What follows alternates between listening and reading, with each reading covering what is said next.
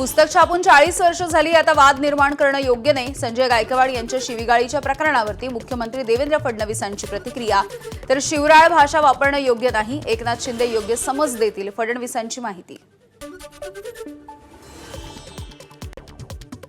तर 40 वर्षानंतर अशा पद्धतीनं एखादा इश्यू तयार करणं हे कितपत योग्य आहे याचा विचार केला पाहिजे.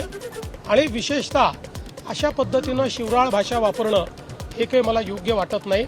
मला असं वाटतं की निश्चितपणे माननीय उपमुख्यमंत्री एकनाथरावजी शिंदे साहेब त्यांना योग्य ती समज देतील.